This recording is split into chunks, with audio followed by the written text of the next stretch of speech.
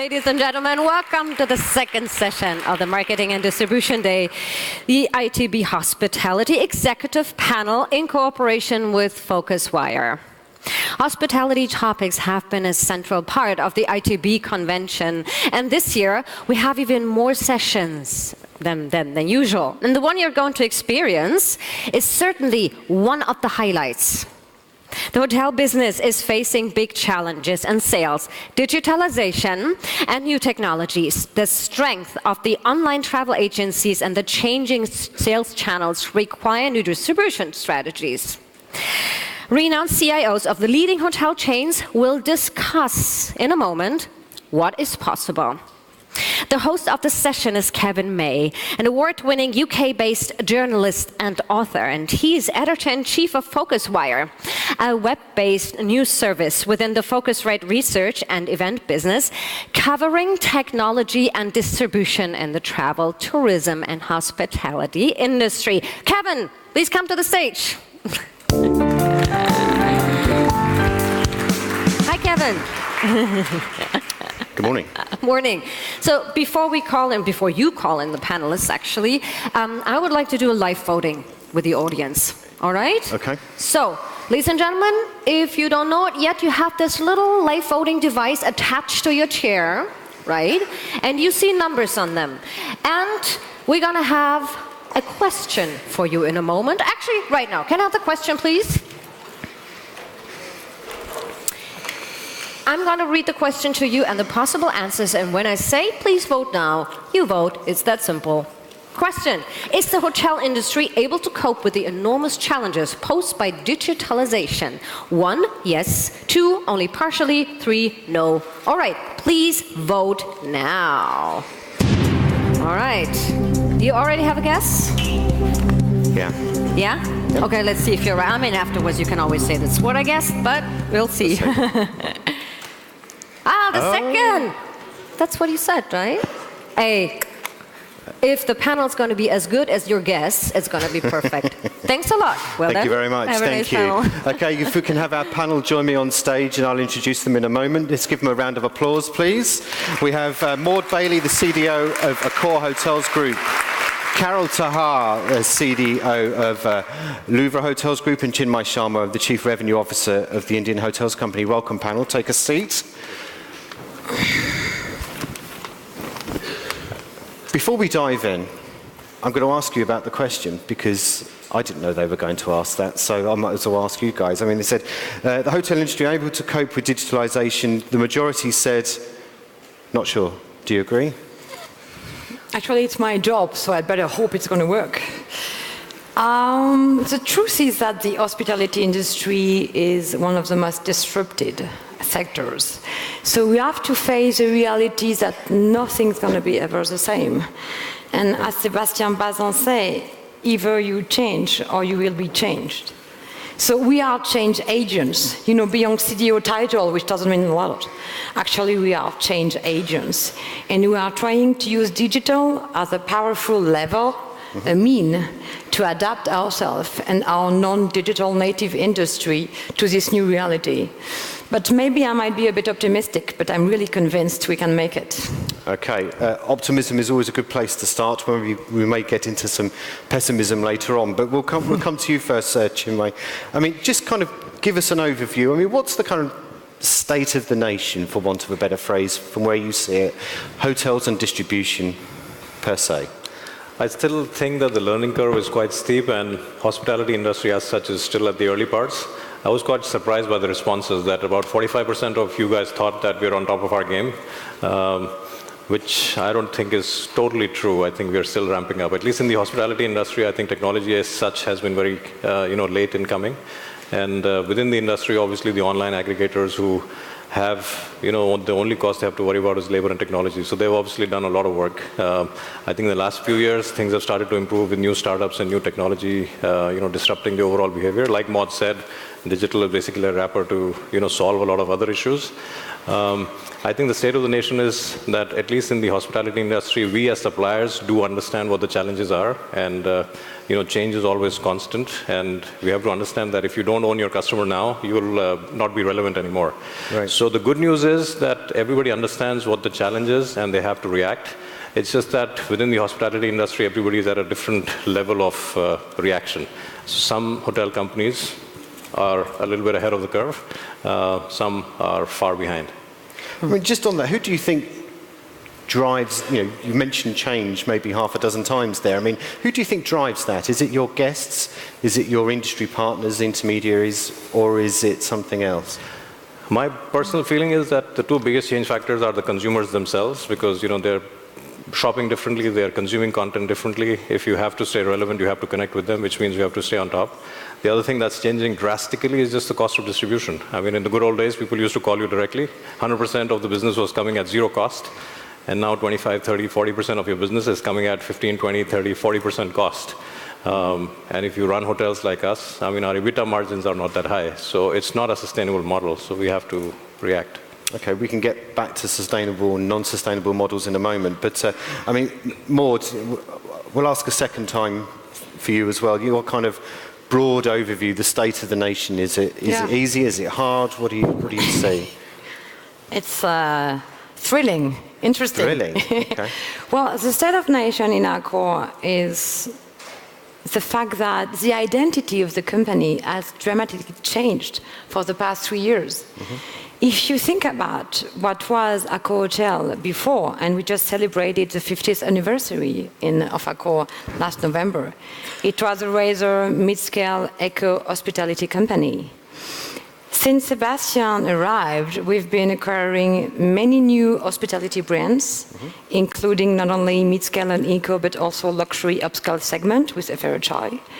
We've been developing new hospitality brands with like Joe & Joe for millennials, but also Banyan Tree, Rixo, so many new brands, but not only.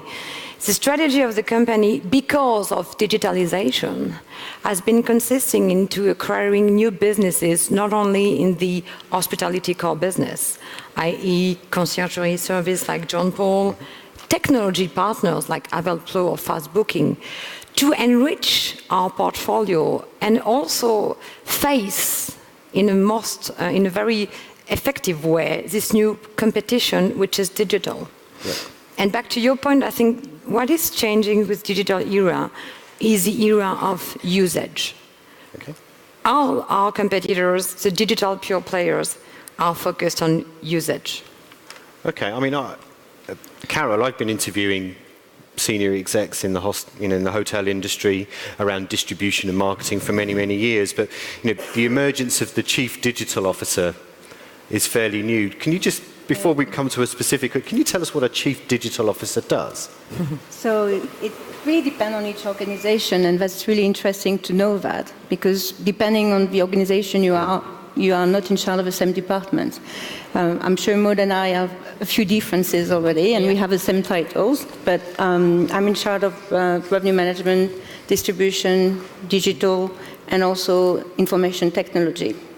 So yes, it's new for me, because before I was just in part of the business side, but not at all of the back side of the back office of information technology. And we realized that in order to move forward quicker, we needed to combine both departments together. Okay, so as the Chief Digital Officer at the Louvre Hotels Group, I mean, what's your broad distribution strategy within the organisation at the moment? How do you handle it? I must say that Louvre Hotel has been late in a newcomer in a way of digitalization of the company. Mm-hmm. We are far behind what Accor has started, but we have a two-step approach today. The first one, before I go to this two-step approach, I should say that this is a part of a strategy of a company, of a core strategy of a company, the digitalization. And one of the key elements is the culture change. You cannot do just digitalization without having the people with you in order to bring forward everything we are trying to do and implement in the hotel and the customer journey. So culture change is key.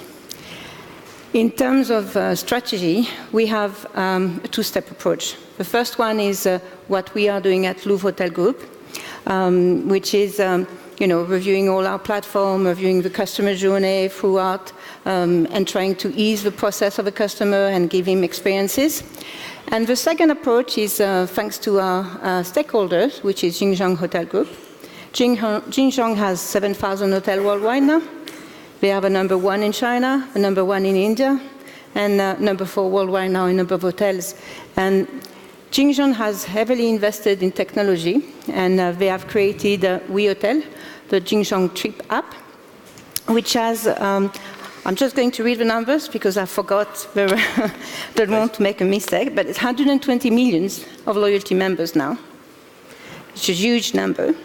And it's about 300,000 transactions a day. And just last year, they did 100 million room nights booked. So for us, it's a huge change because it's going to help us tap in the huge increasing market of the Chinese. And Jingjiang Trip should come in Europe very soon. The numbers are extraordinary, aren't they? Exactly. They speak by themselves. That's why I didn't want to make a mistake. Yeah, and speaking of Jingjiang, they're investing in there, and they invested in this session. They're the sponsor of the session, so thank you very much to them.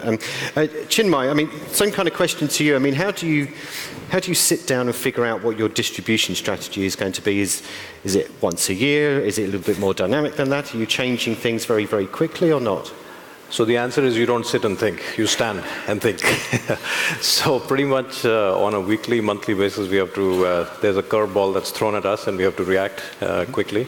So within the hospitality business, the core part of the business has always stayed the same. I think the thing that has evolved the fastest is probably the distribution and the digital platforms and how people are connecting. Our overall strategy is very similar to most of the brands that we want to have a very thick, dedicated, direct access to our database. That could be through social media, through loyalty programs. One interesting thing that we did last year was we formed a strategic loyalty alliance with another brand called Shangri-La. And now members of both sides can seamlessly earn and burn across different geographies. So you have to kind of think outside the box to stay relevant. And the strategy of distribution will always be that, always stay connected to your customers, play with all the distribution channels, because at the end of the day, they'll bring you new customers from different markets which you can't reach. But you have to stay on top of that and not the other way. So you still have to be in control.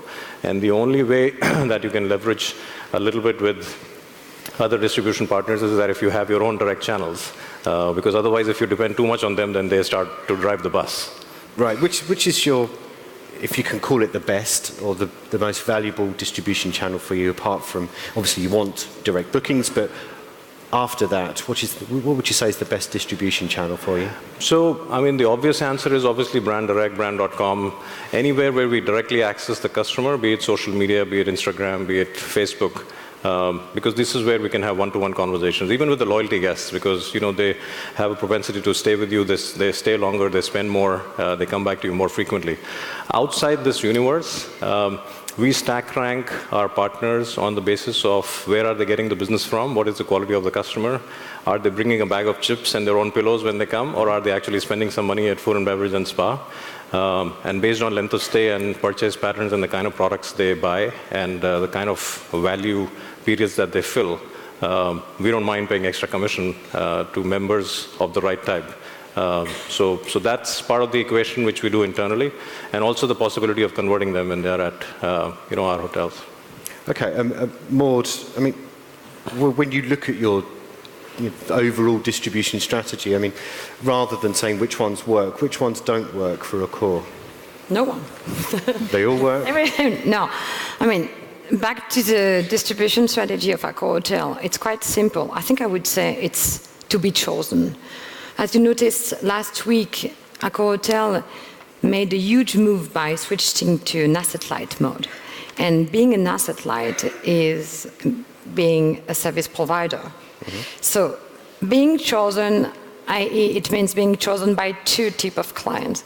First one is our owners, the hotels, because the hotels are our first client. So in our distribution strategy, our concern is to maximize the net profitability of the hotels. The second client is the customer who is sleeping, enjoying, entertaining in our hotels. And on this client, we really work on a lever which is key for us, which is personalization. Our people tell us that what they love is to feel known and recognized each time they are entering an Accor hotel.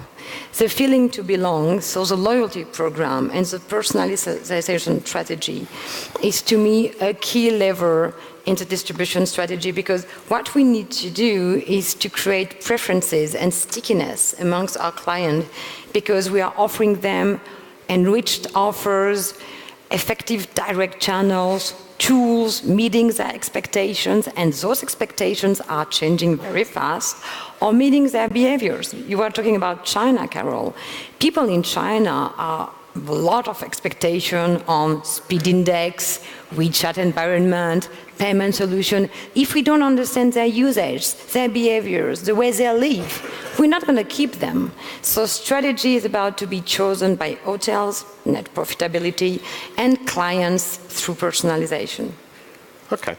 I mean, you can't talk about distribution strategies without talking about intermediaries and OTAs and things like that. I mean, we heard from Gillian Tans yesterday afternoon, the CEO of Booking.com, and the things that they're doing. How do you approach your strategy and your kind of negotiations with a company that's so powerful? Do I start? Okay. You can go first, and then... Yeah, okay. Actually, I feel quite comfortable, because OTAs are a reality. Yep. We are facing a very digitalized industry, right? Hospitality. So the thing is, for me, Booking, Expedia, but not only them, we are speaking of many, many new intermediaries present in very many different segments, B2C, B2B, everywhere, SME. So the thing is, for me, is to be more in a pragmatic business omnichannel approach, i.e., how can I use those new digital actors, those new pure players to maximize my business? So I see OTAs as players and partners in our field. And yes, we are negotiating with them, we are working with them closely, we are all defending our territory, and this is normal. But at the same time, I think the best way to work with them is to work together, making sure we are optimizing our profitability, also thanks to OTAs. Every day, as I just mentioned, I'm signing new contracts with OTAs, and not only Booking and Expedia, to increase my international footprint. So it's not such a big deal. The only thing is to make sure that at the same time, parallel to this omnichannel strategy, I'm empowering the performance of my direct channel, mobile application, contact center, chatbot, conversational, loyalty program, to make sure my clients come back to me directly too. Carole, I mean, I'm hoping you're not going to say the same thing, but I fear you probably will. I mean, I'm going to say almost exactly what she said. For me, an OTA, they have changed the way customer booked. They have answered need of a customer. They have been able to offer, a selection of hotels that none of the brands were able to do in the past. So they have answered needs of the customer. And I think that today they are on the marketplace. We need to work with them. They are partners. But what we need is a win-win situation, a deal. And that's what sometimes is difficult to reach, and that's what we are working on, is finding the right win-win situation. Yeah, okay. So Chinmai, I mean, why do lots of hotel groups not speak so highly of the role that the Booking.coms and the Expedias have in the marketplace and the ecosystem of distribution? Why do you think they aren't as glowing about them as your comrades here? I think it's mostly about change management and lack of education and experience. I think part of pretty much all our roles is to be the internal change catalyst, to say that OTAs is not a four-letter word. It brings you additional business, and the minute you actually understand the cost of really running your business across different channels, a lot of times actually OTAs work out really better. So by the time you put your property on American Express through GDS on a performance-based management system, you send a sales force out, which also costs quite a bit. You run your contact centers. You do a lot of book direct offers with Google, who's nobody's friend, by the way, and their CPC costs are going up by 25% every year. If you just stack rank them and you realize what are the amount of new customers that Booking.com is bringing to you, suddenly they become a lot more friendlier. So I think internally it's just a black hole. I think people just need to understand what is the real value which is provided by each distribution channel. And like I said, I think the discussions with them are pretty straightforward based on your level of strength. So if you have great products and services, great loyalty program, and a great digital network, you can actually negotiate a little bit easier. If 100% of your eggs are with the OTAs, then of course they will take over. Right, so I mean, just a kind of a follow-on from that, Maud, I mean, do you feel that you enter a negotiation with an OTA with the power on your side or the power on their side? Oh, it's a tricky question, Kevin. Actually, as you just mentioned, power is on both sides with different assets. On one hand, Kevin, you've got traditional non-digital native industry, right? Aware of the need to really take this fast change and to become digitalized too. On the other hand, you have pure players. In my understanding, we are now witnesses of a very interesting evolution. Pure players are trying to invest in physical, concrete stuff, right? And at the same time, non-digital companies are trying to be more and more digitalized. So I think for sure you've got power on both sides, but provided you've got a network, a powerful print on the territory, worldwide or in a country, you can really negotiate. And if you've got also a powerful loyalty program, creating attachment with your customers because they are willing to come back to your environment because this is the interest of being a member, yes, you can negotiate with quite an amount of serenity. And what I'm seeing now is that it's not just like pure player on one hand and traditional non-native on the other one. We are now entering in an area of crossed traditional brick and mortar and digital people. And these boundaries are going to be more and more blurry. So I think that our role is to accompany our companies to get into this more blurry, more complex environment. But I think it's also complex for the pure players. Okay. Yeah, I mean, Chinmai, one of the topics that came up and got a lot of airtime yesterday with the Booking.com interview with Philip Wolfe, which was great, was, and it goes to this blurring of the boundaries. I mean, Airbnb has stated in the last 2 or 3 weeks, and we've covered it a lot on PhocusWire, that it sees its competitors now is no longer you guys, it's the OTAs. I mean, do you have a point of view on what their, I guess, change in strategy is? I mean, Nate in the last session talked a little bit about adding hotels. I mean, adding hotels is a really big deal, officially adding hotels for Airbnb. I mean, what do you think of that? I mean, I do agree with that statement. I think any hotel company will always have specific restrictions on geographies and their footprint. I think anybody who's in the space of Airbnb or OTAs are in the space of aggregators, and they have thousands of inventory available. So I think the real battle is happening on that front, because I mean the hotel suppliers, even after Marriott Starwood mergers, or if Accor and Jinjiang merge, even after that you'll never be able to get the scale that the likes of OTAs and Airbnbs will have. And the amount of digital spend will always be, $5, $7, $10 billion, which are, more than all our total revenue combined for certain hotel companies. So definitely that action is going to happen at its own level, and I don't think we have to compete. I think in order to stay relevant, we have to be good at what we do. We have to secure, obviously, our direct channels, for sure. But I mean, I don't lose sleep over what's happening with Airbnb and Google. I mean, eventually there'll be some aggregation there. May the best person win. As long as I'm able to protect my channels and my cost of distribution doesn't grow by 5x, I'm still a happy camper. And the likes of Airbnb in certain markets will still take a long time to penetrate, especially in the luxury space. And the issues of safety, security, and Joe taking care of your breakfast next morning, I mean, that's a different segment.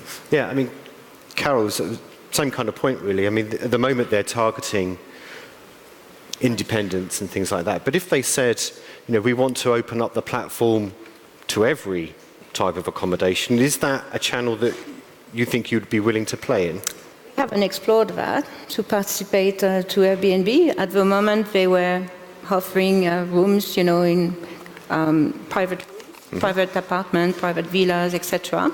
For us, they were not in competition. There is enough demand on the market to have Airbnb present. I see the arrival of Airbnb as a OTA, kind of, is a competition between Booking, Expedia, and Airbnb. It's not a competition with us. It will be for us, if we do sell through them, like an additional channel, and it's just a question, like Chinmai said, of cost and controlling our distribution channels. For me, there's no competition with Airbnb. Yeah. And I suppose in a way, Maud, it could be quite good, because if Expedia and Booking have a challenger, their apparently rather high commission rates might come down a little bit if Airbnb is said to be doing very low commission. Yeah, and it's also comforting me the conviction, Kevin, that the disruptors of today might be the disrupted of tomorrow. Mm-hmm. You can have certitudes. You know, in a very digital environment, things are changing very fast, and the competition is also constantly renewing itself. Mm-hmm. So yes, in fact, Airbnb is going into the territory of traditional OTAs, mm-hmm. and it's funny to see how fast those new competitors can, pop up and propose new offers. But as you just mentioned, it's quite new, recent, and I'm going to be quite curious to see how it goes. Because, it's quite demanding to also be a service provider for an hotel. Yeah, that's true. And one more place where it's really helping the industry is that it's actually facilitating online travel. So the adoption rates of online e-commerce are going up, and that's helping the larger industry. So especially in markets like India, where internet penetration is still on the rise, people are still reluctant to use their credit cards online, etc. So the advent of Airbnb or Booking.com, Expedia is actually just helping bringing that online e-commerce to a new platform, which is actually going to help the whole ecosystem.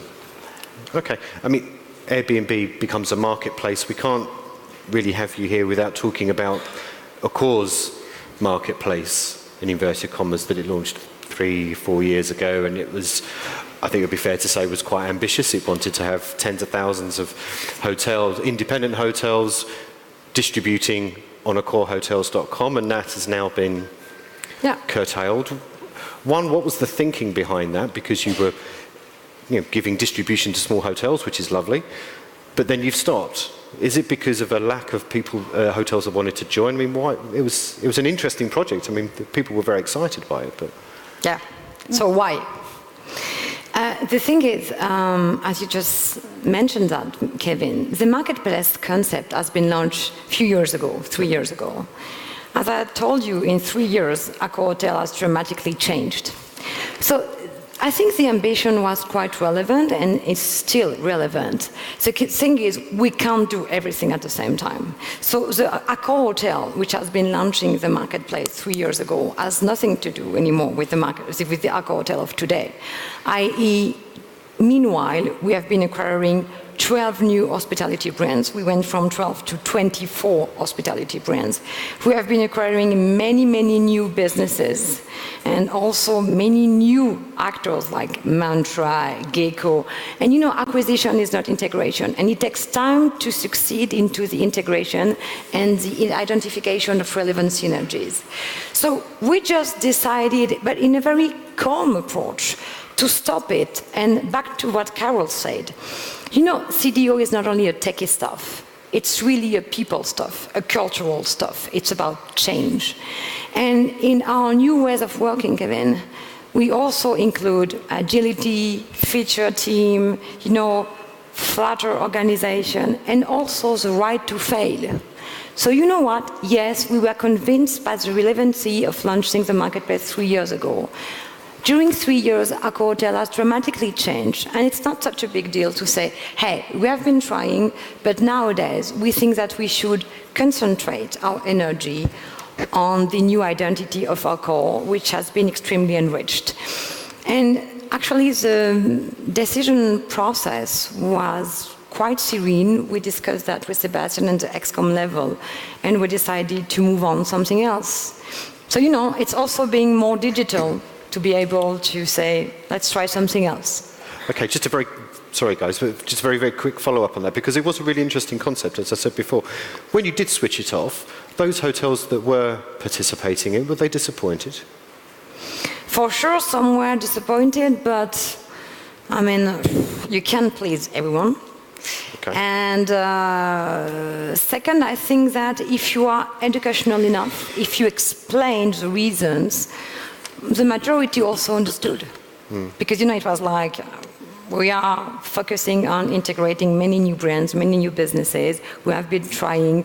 We are not, able to deal with everything at the same time, because what's happening in AccorHotels is already so dynamic that we'd rather be focused. And in digital era, we'd better be focused, right? So globally, I think things went pretty well. Okay. And Carole, we can't have any discussion really about hotel distribution and marketing without touching briefly or not briefly on Google and its role. Is it a powerful player? Is it a valued partner? Or, Yeah, Google has changed the way we search for hotels, definitively. It has, changed the way customers are looking for hotels. If you look at the internet, before they were going directly to travel agency, they were not able to look for hotels. Now, Google has changed again about 2-3 years ago when they launched the hotel, Google Hotel Finder. And they are changing again now, because in the US, they are moving towards an OTA business. So, yes, it has changed the way we search for hotels. It has changed the way we book hotels. And I don't think it's finished. I think we will see it more in the coming month. Okay, Chinmai, Carole's kind of led you into the next question, really. So she says it's not finished and it's probably ambitious. What do you think Google's perhaps dark motives are? I think the direction is exactly what Carole is mentioning. I think the scary part is that Google is the only company that has access to so much information about the consumer. Pretty much everything that you do these days starts with Google, including traffic, Google Maps, etc. Even when the phone is on the airplane mode, they can still track where you are. So with the amount of information that they have in the overall customer journey, they're extremely smart, and they keep introducing things off and on just to see what works, what doesn't work. So this advent into the travel space seems like an obvious thing. I think they didn't pull the trigger sooner because it's a lot of work, and a lot of OTAs have been successful in this area because of the customer support and the access to rates and inventory, but they've solved that problem pretty easily through technology. So I'm pretty sure that they'll become more mainstream going forward. Okay, and Maud, one of the other things, you talked about something that was launched and then reined in at Accor, but one of the things that's happened in recent years was TripAdvisor's instant booking, for example, which was launched with a fair degree of fanfare by TripAdvisor and has been slowly fading into the background ever since. What was Accor's position on instant booking? On the instant booking? Yeah. Well, I think that it's a key challenge, and we are really to be focused on that, because it's going to be also a huge expectation from our clients. On the TripAdvisor example, I think that, I was talking about the usage. The digital players are developing themselves because they are right on one point. They are really able to understand the needs of the customers. We have not always been able to stick to the needs of the customers. Sometimes we have been imposing our solutions, right? Now with the digital players, with TripAdvisor, with all the review websites, and also Google, back to Google. Google has been launching its own instant reviews on hotels too, on every kind of services. It's encouraged us to be more in a usage dogma attitude, i.e. we have to be focused on booking which are truly effective, because we are really meeting the expectation and the feedbacks of our customers. So to me, the real challenge is to make sure that we are sticking to the behaviors and the instant feedback of our customers, not waiting for 1 year to understand what they think of us. So it's also about e-reputation, satisfaction, real-time feedback, understanding quite immediately what people think from us, to be able to correct sometimes what we are delivering to the customers. Okay. What was your view on instant booking? Did you participate at TripAdvisor level? Yeah, we did. I think the conversion rates were pretty good. Overall, my problem with the meta search model is that they commoditize the product to the lowest denominator, which is a challenge on its own. But our contribution from all meta search, including TripAdvisor, Instant Connect, is still in the single digits, so it's not a huge part of our overall strategy. I think it was a good initiative at that point. I think TripAdvisor's challenge now is that it used to be the biggest travel marketplace in terms of website traffic back in the day. But the pace at which Booking.com and Google, etc., are ramping up their reviews, I think TripAdvisor is, and I'm no specialist, and we work with TripAdvisor, it's all good, nothing wrong there. But just my thought process is that their whole relevance was that it was the go-to place to get unbiased travel reviews. And if they lose that unique proposition, then everything kind of falls away. Because just the process of a meta search, I mean, that's almost already commoditized. And, Trivago and Kayak, etc., are already spending a lot more on advertising. So they're definitely taking away share. Yeah, I mean, it's an interesting point, Carole, isn't it? Especially for, upscale hotel properties, playing in meta search where, as we were just saying, it's all based on price and it's commoditized and things. I mean, what's your point of view on meta search? I mean, it's a source of traffic, but we have tried the meta search and we are still playing with it, and it really depends on the property location where it is, the ROI is good or not, and it's something that is quite difficult to manage at the moment from a global perspective for all the hotels. So we are still playing with it, and we have quite a few hotels already with Google Hotel Finder, TripAdvisor, and the others. The model is becoming close now to an OTA, really, in terms of percentage of commission if you compare it to that. So, yeah, let's see what happens next. And I think Google, with its changing of its model again, closer to an OTA in US, and I think in the UK they're doing it also. I don't know what will happen with the others. And Google bought TripAdvisor, and Google is launching its own system of reviews. So, once again, everything is a bit mixed, and it's constantly changing. It's those boundaries. It's blurred. Those blurry boundaries. So, I'm not sure that we're going to keep the TripAdvisor instant booking and TripAdvisor reviews if at the same time you are joining the Google perk each time you are sending a review through Google. Because this is what's happening now. Yeah. It's completely blurred. The frontier between meta search, TripAdvisor, absolutely, and the OTAs is all blurred now. But you treat them just as one and the same. They're in an intermediary for a source of bookings, right? Or not? It's still coming direct to us if we do get the booking from the meta search. Exactly. So, I mean, we've talked a lot about intermediaries and that part of the distribution ecosystem, but, let's talk specifically about what are some of the things, we'll go with you first, Maud, some of the things that you specifically do to get direct bookings, whether it's marketing, is it through loyalty, or what do you do to get people to come back rather than to just start right at the top again and go through the funnel that way? Okay. I think I would say three things. First of all, it's about customer knowledge. We need to better know our customers. We need to know who is sleeping or who is spending some time in hotels. One of the key steps for that is loyalty program and personalization. I mean, one of the key levers to really use direct channel and make people book direct is a relevant personalization and loyalty program and offer. And our main ambition in 2018 is to enrich dramatically our loyalty program and our more of a personalization strategy, which with all the new brands and all the new businesses, including, for instance, the Orient Express train, why couldn't we offer our most loyal members a train journey? I've been a station leader, I love trains. But just on that, I mean, do you push the loyalty part of it right at the beginning, or is it just branding with your advertising? I mean, it's not just branding. I mean, to me, there is not brands on one hand and loyalty on the other hand.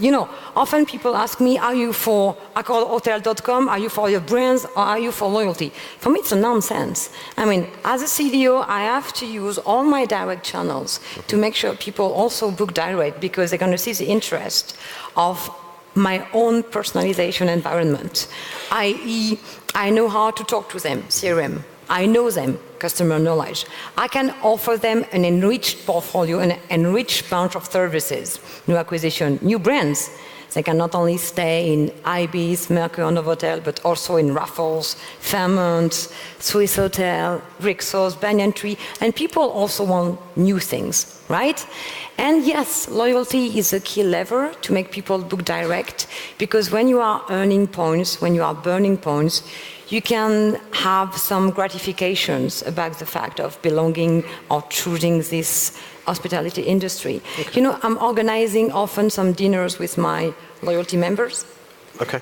They talk a lot with us, they give us direct feedback, and yes, loyalty program is a very powerful tool to make people book direct. It's interesting, and Chinmai, we'll come to you on this, because you talked about when you're trying to encourage people to go to book direct, it's about loyalty and brand. I think you didn't mention the word experience, which is often the word that gets mentioned the most when you talk to hoteliers these days. So, are you pushing the experience when you're trying to encourage people to book direct, or is it again, to Maud's very valid point about loyalty and things like that? Sorry, but for me, personalization experience, it's really, sorry if I wasn't clear about it, but personalization is making sure that because we know the people, we know our customers, okay, we are maximizing their experience in hotel. Okay, sorry.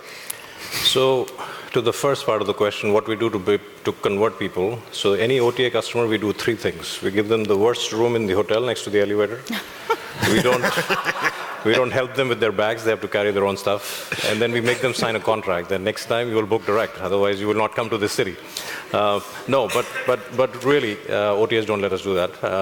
Everybody write that one down. Okay. The answer is, customization, understanding their preferences, to exactly to the point that Maud was saying, that you have to be channel agnostic. At the end of the day, the customer has chosen your brand. Doesn't matter how they book. When they enter the hotel, you have to treat them like kings and queens. And the advantage is that when they book direct, you can actually take care of the preferences in a better way, because you have their past history, you know their preferences, and you're able to customize that on-site experience to the next level. And as a customer, if you understand that, I'm getting the same value, sometimes actually better if I book direct. And by the way, they will know what newspaper I want, what are my preferences, what are my allergies, where am I going next, when is my birthday, how many kids do I have, etc., etc. So then that just takes on to a new level. And that automatically comes back to a high brand recall and loyalty in a soft sell. We don't have to put it in the face that you have to join the loyalty program. We do it in a very dignified, soft manner. And as you solve their day-to-day problems, there's an automatic shift. And OTAs, we see them as a very good customer acquisition tool, because we've done enough CRM analysis to see that nearly 50% of the customers that are coming are first-time visitors to our property, which is great, because I won't be able to get that low of a customer acquisition cost by any other channel. So it's good for us, it's good for them, and I think that really helps move business to brand direct.